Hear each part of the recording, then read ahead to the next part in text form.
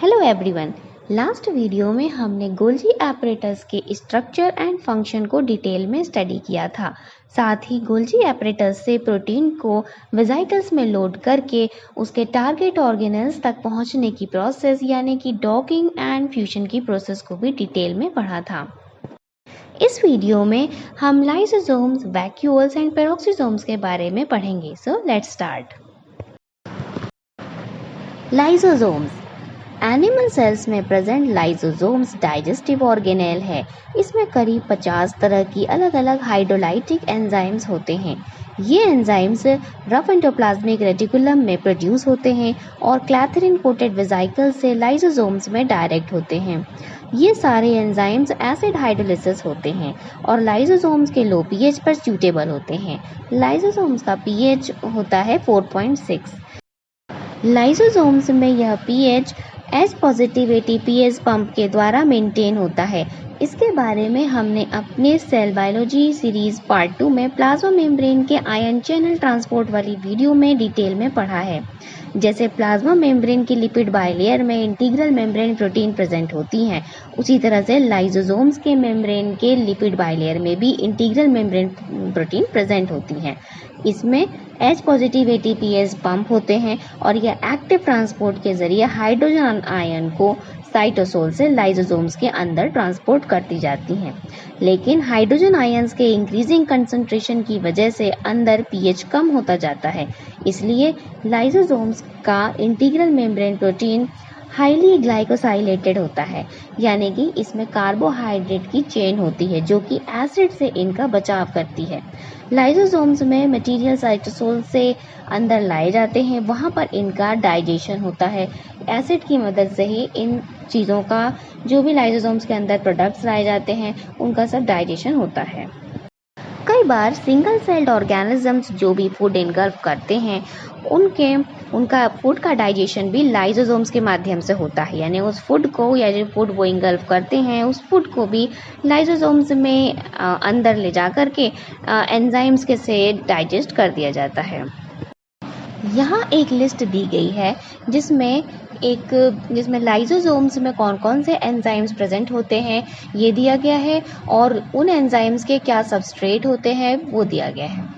इन substrates को digest करने के बाद में जो रिजल्टिंग न्यूट्रिएंट्स प्राप्त होते हैं वो वापस साइटोसोल में लाइसोसोम के मेम्ब्रेन्स के थ्रू भेज दिया जाता है।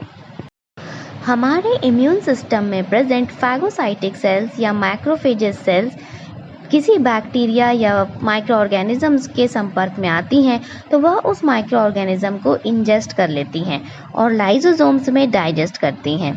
डाइजेशन के बाद उसका एक पेप्टाइड यानी उस माइक्रो ऑर्गेनिज्म का एक पेप्टाइड को सेल के सरफेस पर शो करती हैं, जिससे वह इम्यून सिस्टम को फॉरेन बॉडी के प्रति सचेत कर सके या अलर्ट कर सके, ताकि in response immune system antibodies का प्रोडक्शन कर सके।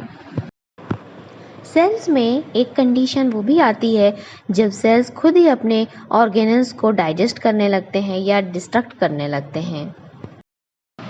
इस प्रोसेस को टर्नओवर कहते हैं। इस प्रोसेस को हम लोग चलिए किसी ऑर्गेनल्स के सहायता से पढ़ते हैं।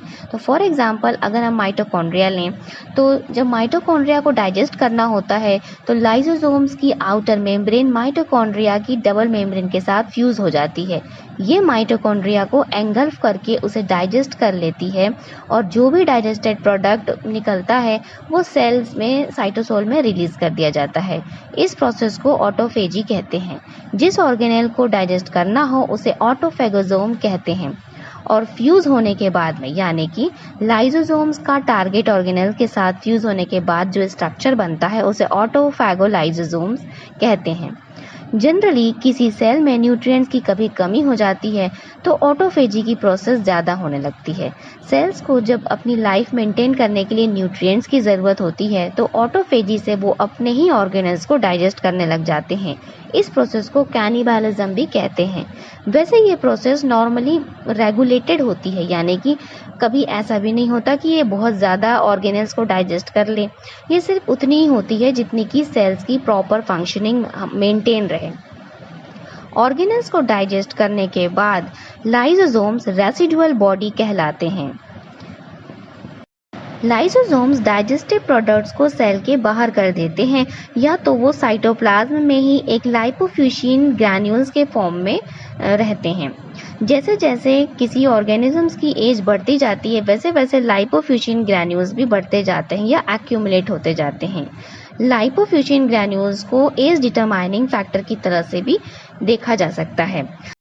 लाइसोसोम्स में अगर एंजाइम्स की डेफिशिएंसी हो तो कई प्रकार की बीमारियां हो सकती हैं, जैसे कि गाउचर्स डिसीज, जिसमें ग्लूकोसेरेब्रोसाइड नामक एंजाइम्स की डेफिशिएंसी होती है। यहाँ एक टेबल दी गई है जिसमें कई एंजाइम्स की डेफिशिएंसी से होने वाले डिसीजेज और उनके सिम्टम्स को शो किया गया है। अब पढ़ते हैं वैक्यूल्स के बारे में। वैक्यूल्स स्टोरेज ऑर्गेनेल होता है। प्लांट सेल का लगभग 90% हिस्सा single membrane bound vacuoles occupy करते हैं।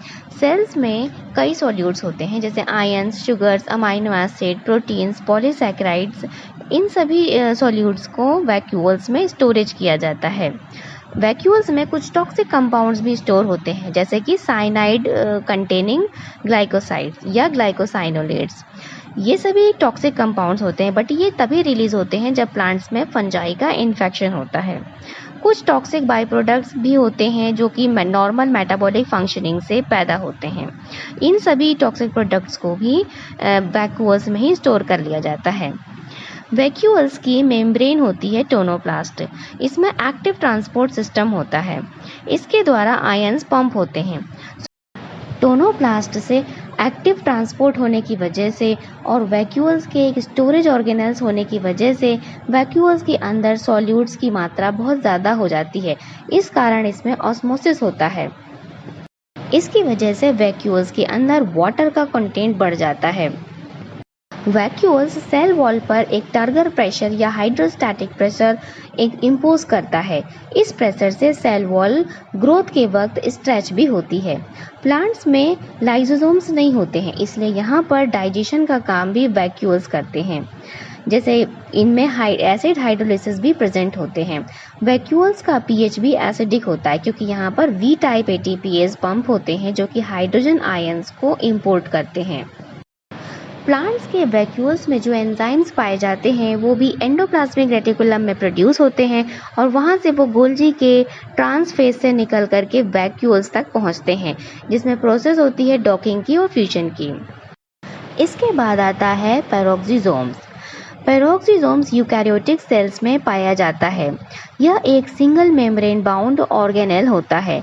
इसमें टॉक्सिक कंपाउंड्स को ब्रेक किया जाता है और ब्रेक करने के लिए इसमें जो कुछ एंजाइम्स प्रेजेंट होते हैं। फॉर एग्जांपल H2O2 यानी हाइड्रोजन पेरोक्साइड एक टॉक्सिक प्रोडक्ट होता है और इसको वाटर और ऑक्सीजन में पैरोक्सिसोम्स में ब्रेक कर लिया जाता है। इस ब्रेकेज करने के लिए इसमें कैटालेज एंजाइम की ज़रूरत पड़ती है। Christian D due and Pierre बोदेन ने 1966 में इस ऑर्गेनेल की खोज की। एक सेल्स में लगभग 1000 पैरोक्सिसोम्स तक पाए जाते हैं। कैटालेज के अलावा इसमें flavin oxidase, mainly d amino oxidase enzymes वगैरह भी प्रेजेंट होते हैं। चलिए देखते हैं कि पैरोक्सिसोम्स के अंदर जो ये प्रोटीन्स पाए जाते हैं या एंजाइम्स जो ये पाए जाते हैं वो एंडोप्लाज्मिक रेटिकुलम से निकलने के बाद किस तरीके से पैरोक्सिसोम्स तक पहुंचते हैं। एंडोप्लाज्मिक रेटिकुलम में जो भी प्रोटीन्स पैरोक्सिसोम्स तक जानी होती है उनमें उनके सीक्वेंस में एक टारगेटिंग सिग्नल प्रेजेंट होता है। ये दो प्रकार के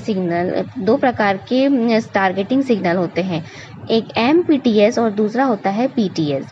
MPTS जो पैरोक्सिसोम की मेम्ब्रेन की प्रोटीन होती है और PTS जो पैरोक्सिसोम के मैट्रिक्स की प्रोटीन होती है। इस तरह से दोनों ही तरह के प्रोटीन्स के इनके रिसेप्टर्स भी अलग अलग होते हैं। जैसे PTS का रिसेप्टर होता है और एक MPTS रिसेप्टर होता है। ये रिसेप्टर प्रोटीन्स के साथ में बाइंड होते हैं और साइटोसोल में पहुंचते हैं और वहां से वो टीथरिंग वाली प्रोसेस से पैरोक्सिसोम्स तक डॉकिंग होती है। फ्यूजन की प्रोसेस से ये अपने एंजाइम्स को पैरोक्सिसोम्स तक पहुंचा देते हैं। इस वीडियो में हमने लाइसोसोम्स, वैक्यूल्स एंड पैरोक्सिसोम्स के प्रोटीन ट्रांसपोर्ट के बारे में स्टडी किया, साथ ही उनके स्ट्रक्चर और फंक्शन के बारे में भी पढ़ा। अब इसके बाद माइटोकॉन्ड्रिया के स्ट्रक्चर और फंक्शनिंग को जानना और इलेक्ट्रॉन ट्रांसपोर्ट चेन की वर्किंग को समझना भी बहुत ज़रूरी है। इसे पढ़ते हैं हम अपने सेल बायोलॉजी सीरीज़ की नेक्स्ट वीडियो में।